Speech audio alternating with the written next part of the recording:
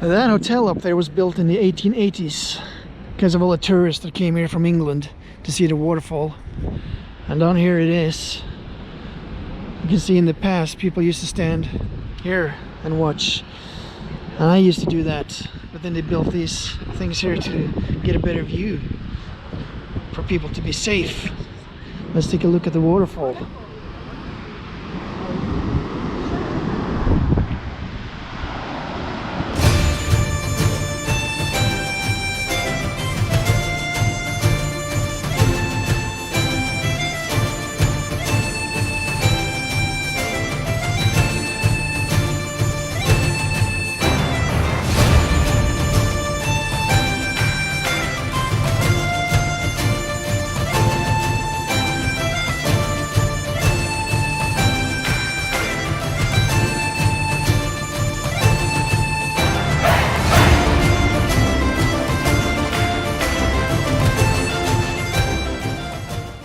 So we have reached the fjords, and as we can see down here, it's a small ship has arrived, and most of the locals are happy that tourists show up, but maybe they want a little larger ships than this.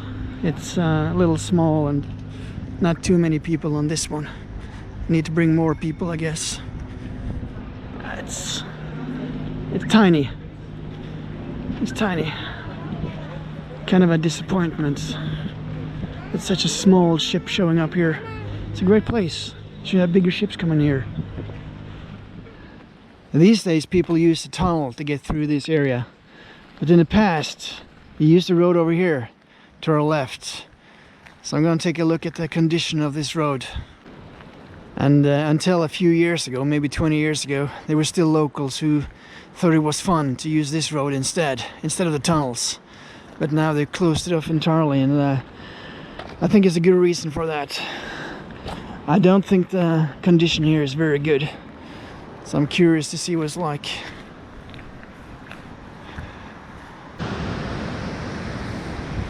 And at the end of the road there's a pretty impressive waterfall. You can see the rocks here have fallen down. It can happen any second here. At the end of the road there's a very impressive waterfall with a dark past. And as recently as last year, 3 people went over the waterfall and they were found dead further down into the valley here. It's a scary place, and even one of my ancestors went over the waterfall many years ago in 1835. He was standing too close to the edge and he just went over somehow, and then he went over the waterfall. Pretty bad. And it's interesting, this used to be the main road here. Lots of cars and trucks and buses came down on these very narrow roads. It was a scary experience for people, especially if you came from the eastern part of Norway, where people weren't used to these kind of conditions. So they built the tunnels to our right, making it a lot more safe to drive here.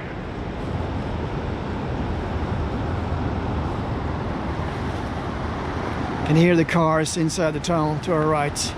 And look at the size of those rocks falling down here. Scary place. The Tokagjelet area. Here we have cars passing on our right through the tunnel.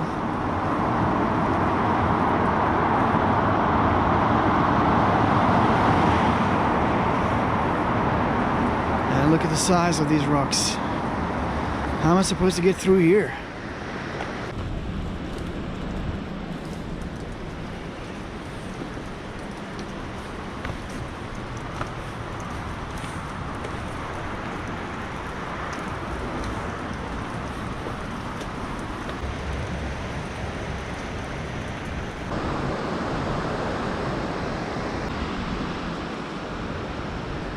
And people in the past, I think they had a much better experience when they came here, when they used this road and not the tunnels to our right. Much more scenic, obviously. but also very much harder to maintain the road. They gave up. I think they built this road in 1903. They started building in 1903 and was finished in 1907. And then in the 1950s they built the tunnels, which are in here. And as you can see, the vegetation here is so green. The amount of rainfall in the area is just ridiculous. There's probably not a lot of places on earth with this much rainfall. And certainly not in Europe. It's like a rainforest here. And a very rich wildlife here as well. Lots of deer and birds. You get the feeling of being in a jungle almost when you're in this area. And a pretty impressive waterfall at the end of the trail, end of the road, the old road. We're gonna take a look at that with its very dark past. A lot of vegetation here, and a tree fell down.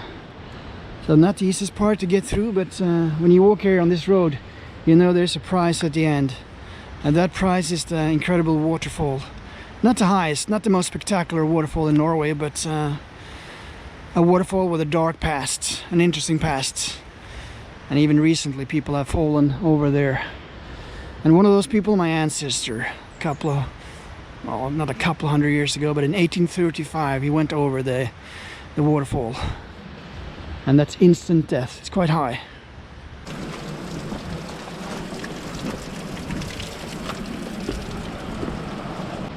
The road might look like a relic from the distant past, but not so much. Up until the 1950s it was used. And my grandparents came from this area and they used this road all the time. Lots of people around here remember what it was like driving up and down here. It could be a very scary experience. But people in the past, they weren't so much concerned about safety as people are today. Today people seem obsessed about safety. Not so much in the past. And I think they had more fun.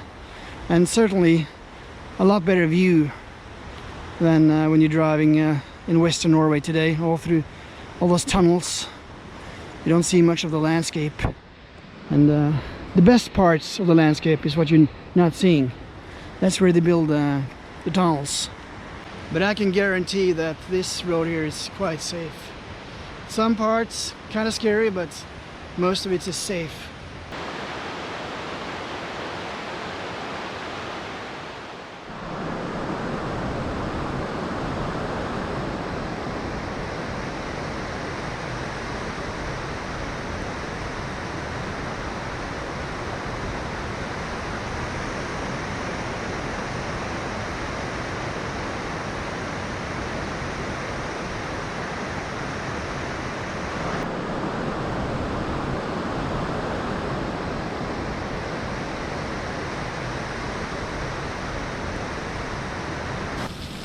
Not so easy to walk over there, so I'm heading into the tunnel. And hopefully I won't be hit by a car in here.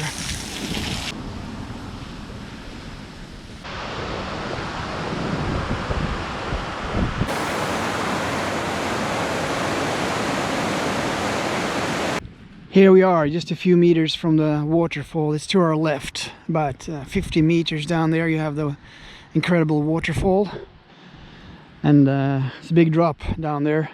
And last year 3 people tried to cross here on a boat and they made a big mistake. It's that day had been a lot of rainfall and the river was stronger than it usually is. And although they had made that crossing many times, this time it didn't end well. So they all went into the water here and over the edge. Nobody survived of those 3 people. There were other people involved, but they saw it happened, I guess. And incredible thing is that this happened to one of my ancestors as well in 1835. My great-great-great-grandfather, he was here fishing, and something happened. He ended up in the water. He probably made the same mistake, and over the edge, he died over there. It's a big fall. Can't survive that. So history repeats, history repeats. And actually here you can see a sign, you know. I've never seen a sign like this. A boat over the edge.